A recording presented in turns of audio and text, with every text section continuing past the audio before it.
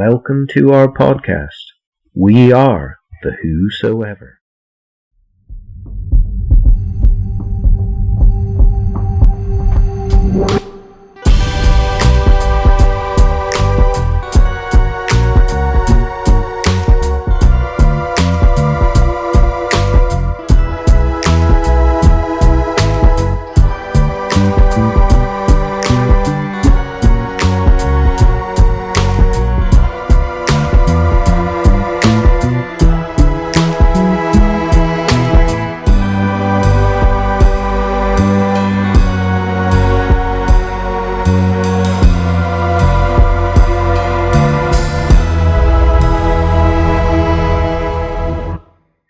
Hello and welcome back to the Whosoever Book Club. We're in season 2. This is a new season of book clubs, and I'm very happy to welcome our special guest today, Major Mike Allen. And Mike, just so people who might be new to the podcast might not know, we are Salvationists. Mike and I, in particular, are Salvation Army officers, which means we're pastors in the Salvation Army Church. And Mike, you've just changed roles recently, haven't you? Yes, moved from church leadership back into chaplaincy within homeless services. Yeah. So, a big change. Yeah. How do you see that kind of impact your ministry and the focus? Because you're dealing with different groups of people and the aims aren't necessarily the same, even though we want to tell people about Christ. Yes. It's very much a more relational form of ministry. You don't have the structures of core work, of program, of the best one for me is you don't have the same structures of administration. Okay. Lucky you. Yes. That's not to say there isn't any, because there is, but it's very much relationship building and maintaining, and being intentionally relational. Excellent. Well, we're here as our listeners know to discuss a book, and we have been putting it out there for those who are on the UK Evangelicals site and various other avenues. That today we're talking about why liberalism failed. So this has been your choice, Mike. Do you know anything about the author? It's Patrick. I was trying to work out how to pronounce his last name. Deneen or something. Deneen is as good a way as any, I think. Okay. I don't know anything about the author. The reason that I got the book was because it was recommended by my then DC, Major Dr. David Taylor. I did do a little bit of a Google, just so I knew a little bit about him. So he's obviously an author. He's written a book. This isn't the only book. But he is a political scientist, and he looks at the relationship between politics and culture. He does have an emphasis in a lot of his studies and a lot of his research, because he is the professor of political science at Notre Dame University in America, on liberalism, and he's quite critical. Or can be quite critical of liberalism. Hence, I suppose, the title, Why It Failed. Yes. Yeah. And he's certainly not shy about voicing his criticism through this not book, at all. Not at all. He's what I found was he's quite open about it, but he's not nasty. Yeah. And his definition of traditional liberalism is control and exploitation of nature through technological means. So you achieve autonomy through technology by continuing to advance your own personal wealth and worth, materialistically. And progressive liberalism he describes as being free from the restrictions of culture. So it's you define yourself as you want to be defined. I thought that actually the thing about nature was linked to the progressive liberalism as well. I thought traditional, maybe I read it wrong, but I thought he was saying traditional liberalism recognizes to some degree the restraints of nature, where progressive liberalism actually says we need to dominate nature. Therefore, we even to the point he's saying, even the point today where actually we're going to redefine our own biology.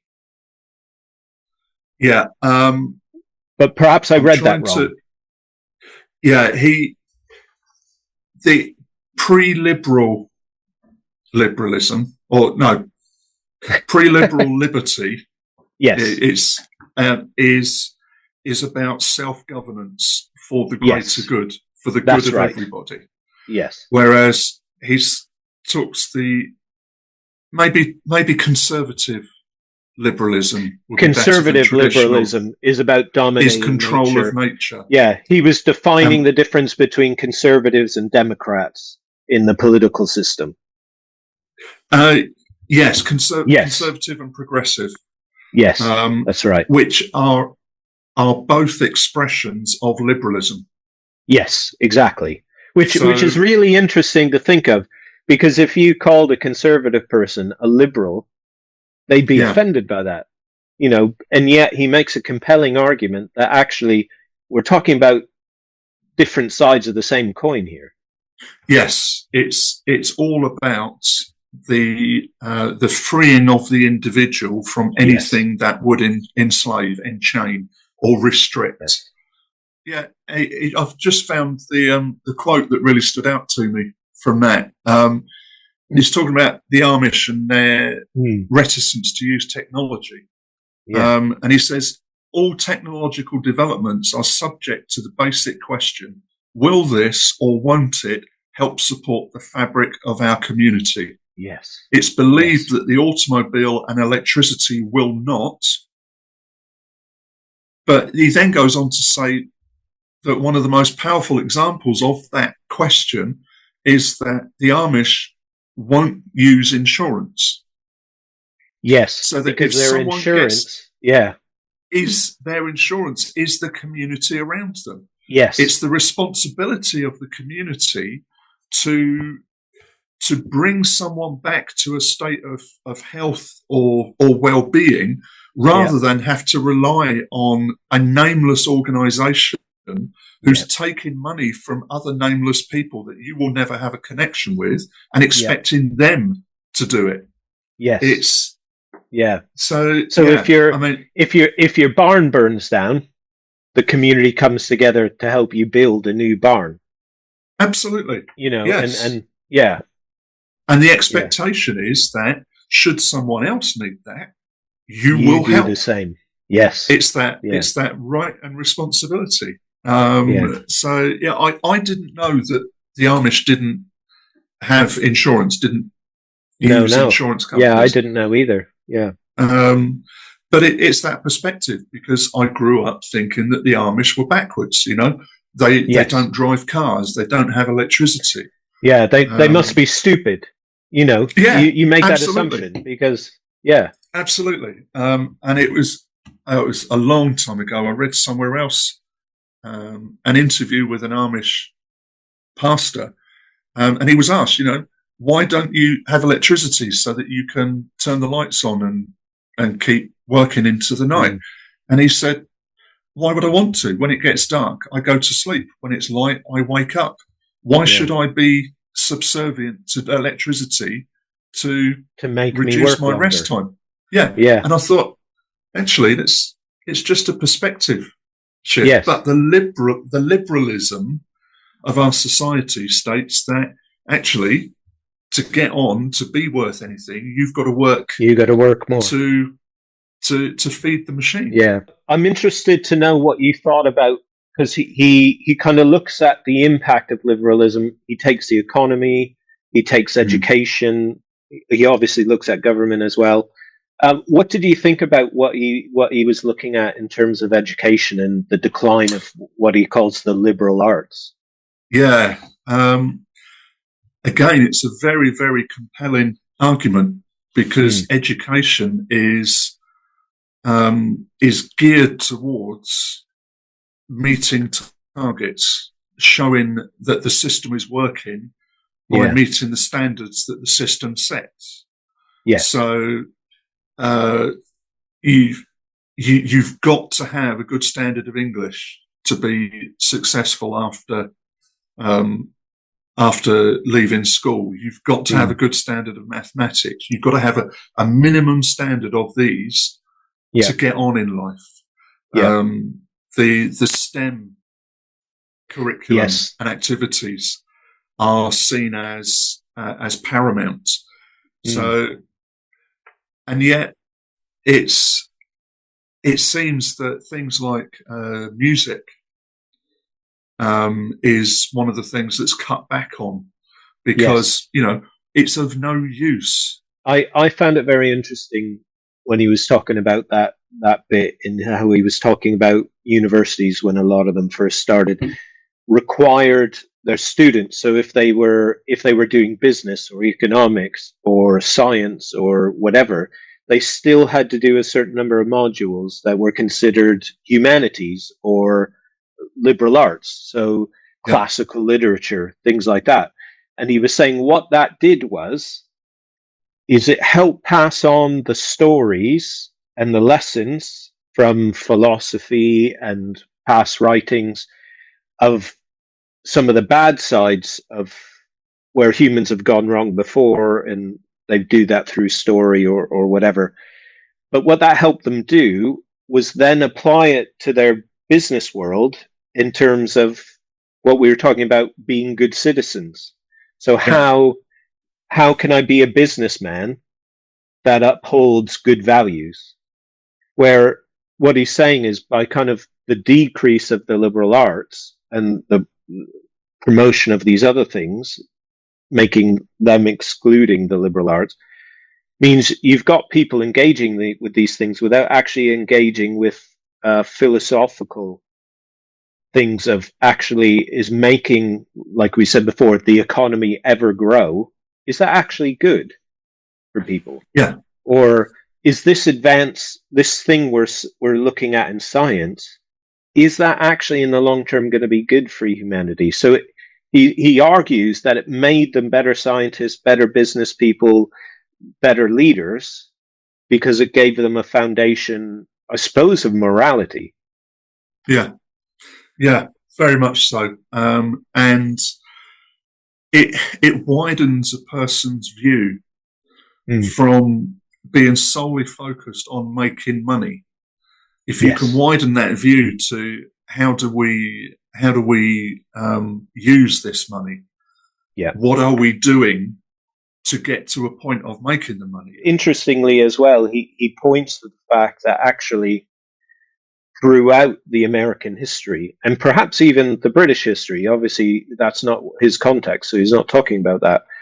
But there is a sense by those who are forming both the Constitution and then later on as the government is evolving of this.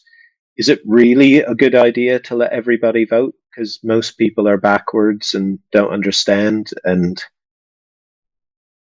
Yeah, all that kind of stuff, which actually it's feels like the exact opposite of what you would assume somebody who's talking about instituting liberalism would want. yes.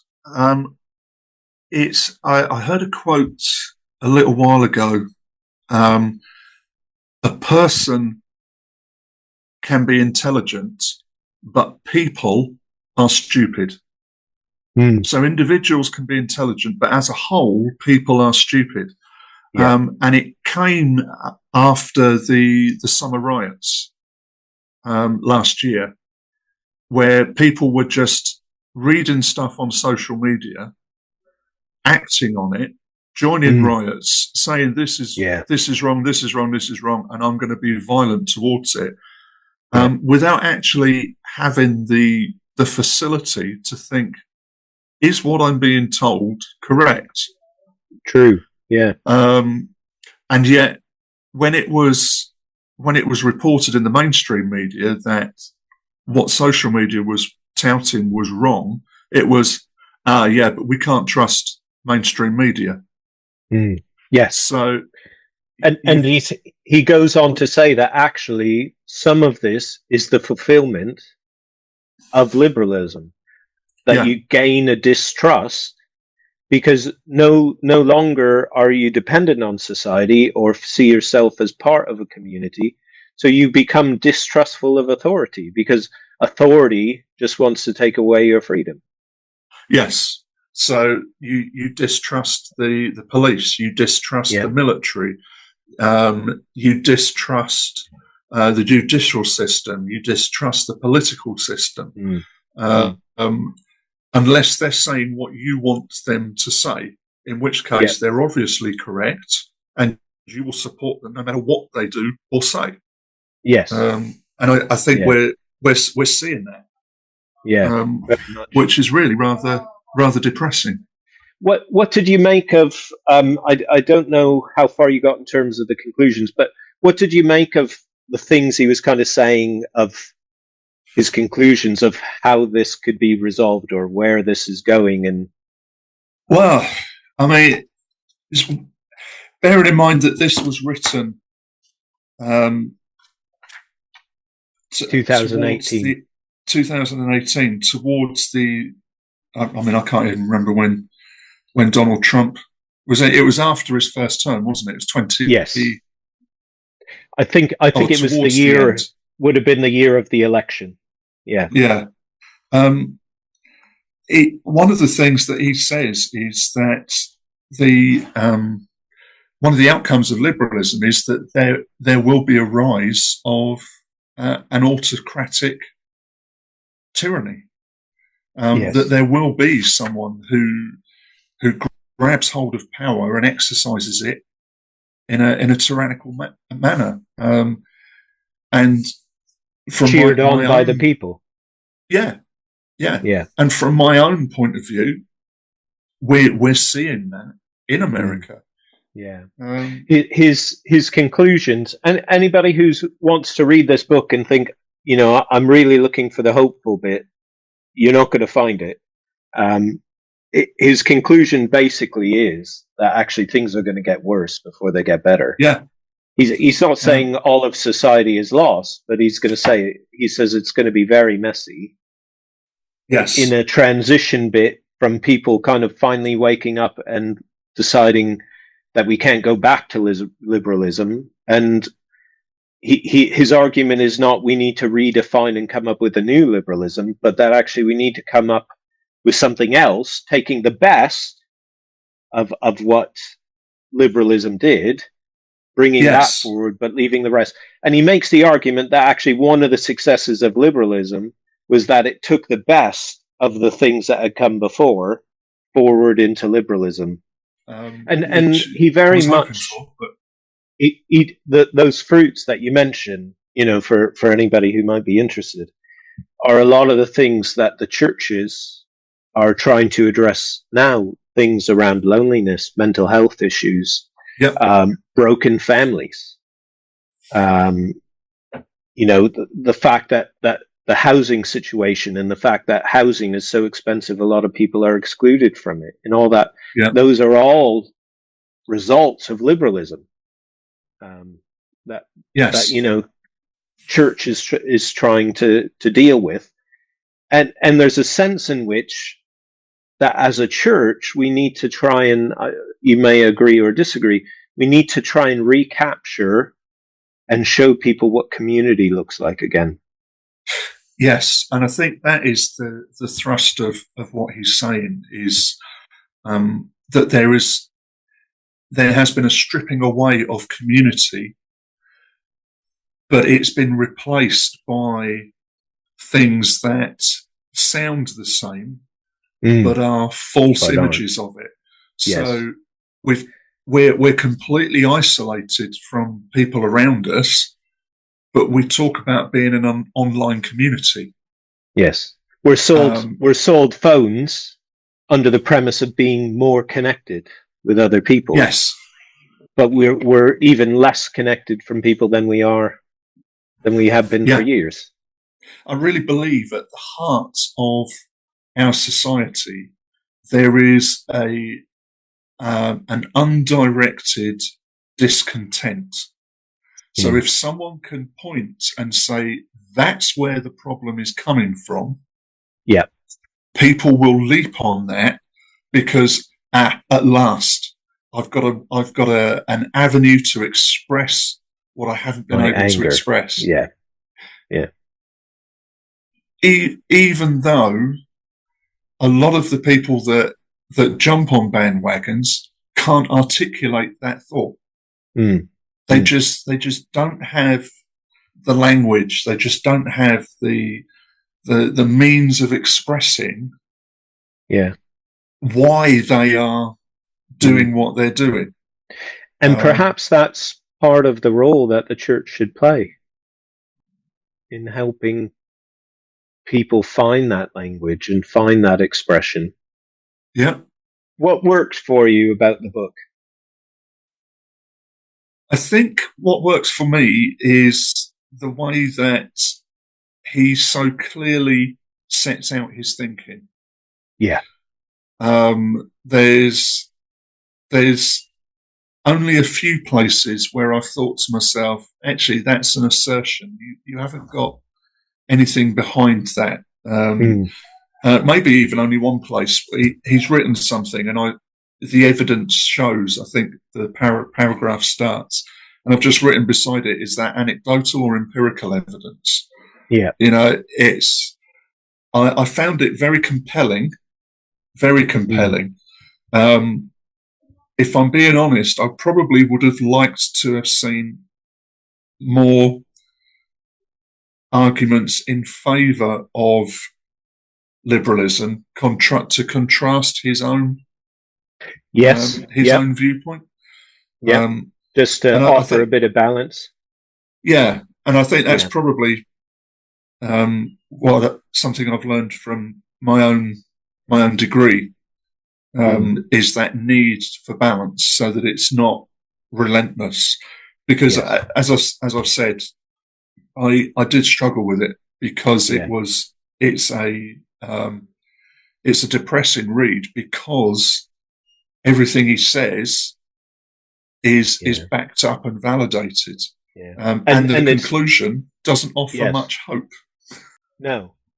Yeah, like I really thought he did a fantastic job of laying out, like you've already said, laying out, going right back and giving you an understanding of the beginning all the way to where we are today. Yeah. He does a fantastic job of that.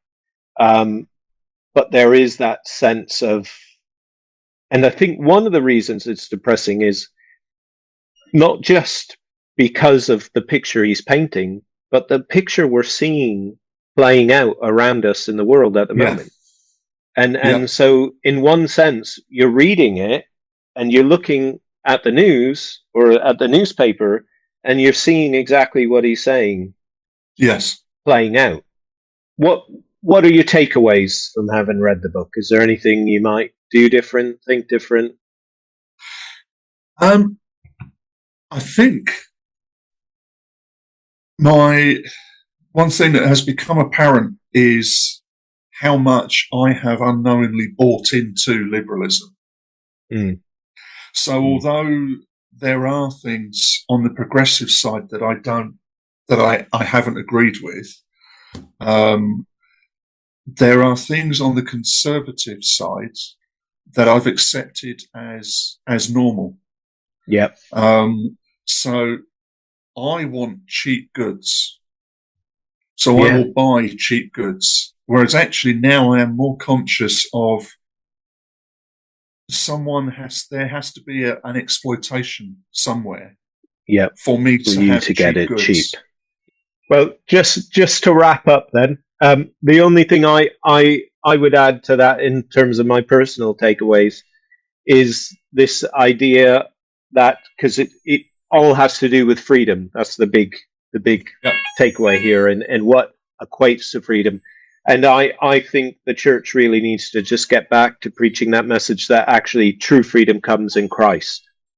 And even I was really taken by the traditional view of freedom of us becoming better people.